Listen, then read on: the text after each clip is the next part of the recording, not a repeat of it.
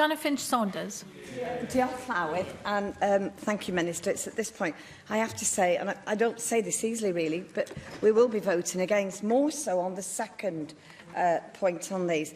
And I've got to be honest, Minister, when you do bring forward any new consequential amendments that seek to improve or indeed correct any misnomers in, say, the Renting Homes Wales Act, it would be a move that we would vote in favour of. But we can't support these particular ones. I'll tell you for why, and it's a point I'll bring what Hughie Ranker-Davies has just mentioned. Everyone knows what date we are today. This all has to be done and dusted by the 31st of May.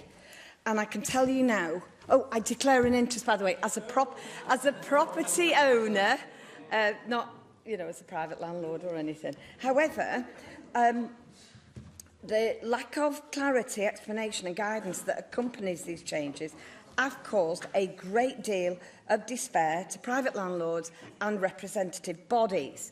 Now, mention has been made about consultation with stakeholders. Even, if this is passed today, you are giving very little time for this to be implemented in a way that brings landlords along in line with all these processes.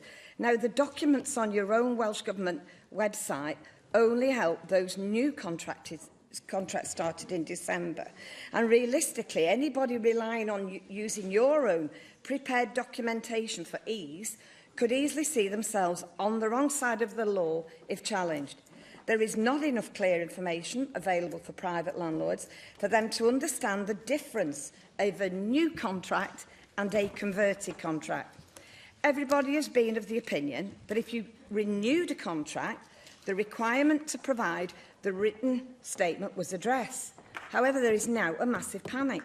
As you will know, for landlords with longer-term tenants, or contract holders, as they will be known as going forward, any converted contracts, as opposed to a new contract, have to reflect many of the original clauses. So putting it in layman's terms, if you've had a tenant with you for, say, 8 years prior to the stuff coming in December, and you have given them a converted contract or a new contract in December, you have got to actually go through it line by line and make sure that your new one going forward actually addresses all the terms. And you've got to make it very abundantly clear that you have tried to do this. In other words, comparing every line with the original terms and including them in the new conversion. It's really, really complicated, this. But anyway, many of the new clauses in the model agreement are not particularly clear. For those of us doing what we do, and maybe those in the sector at representation level, even they're struggling. So goodness knows how, if you have an elderly landlord or somebody who in the past have maybe not been too familiar with the fundamental meanings of short-hold tenancies, of assured short-hold tenancies. So in addition, some of the fundamental and supplementary provisions are different if you had a converted contract, meaning the model agreements aren't entirely accurate. So this leaves a very grey area, Minister, in terms of, and because there's no case law, I can just see this heading to the courts for many landlords, I'm afraid, and tenants. So, in effect, all those who thought in 22 we're going to do exactly what the Welsh Government have asked us to do, we're going to actually put these new contracts out in December, will now need to issue another contract. So how can that be fair when I don't even know the date of today. Hang on, what date is it?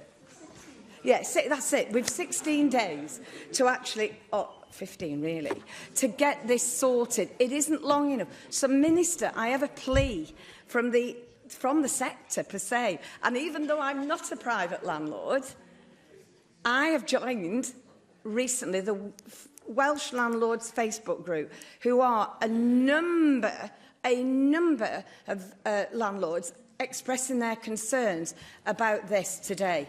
Minister, my plea is, would you consider extending the date that you expect all this to happen from the 31st of May to the appropriate date in November. That will have given them 12 months to get their heads around that. I make that plea on behalf of them in the sector, but also on the landlords, and work with your landlords. The last thing you, as a Welsh Labour government, can afford, and we as elected members can afford, are more private landlords leaving the sector at a time when you're not building houses. We cannot stand by and see more people going into hotels, bed and breakfasts, for temporary accommodation. I can't make it any clearer than I have done today, Minister. And I'm asking you to work with the sector. We will work with you if this is seen to be more fair-handed and reasonable measures in taking these forward. Thank you.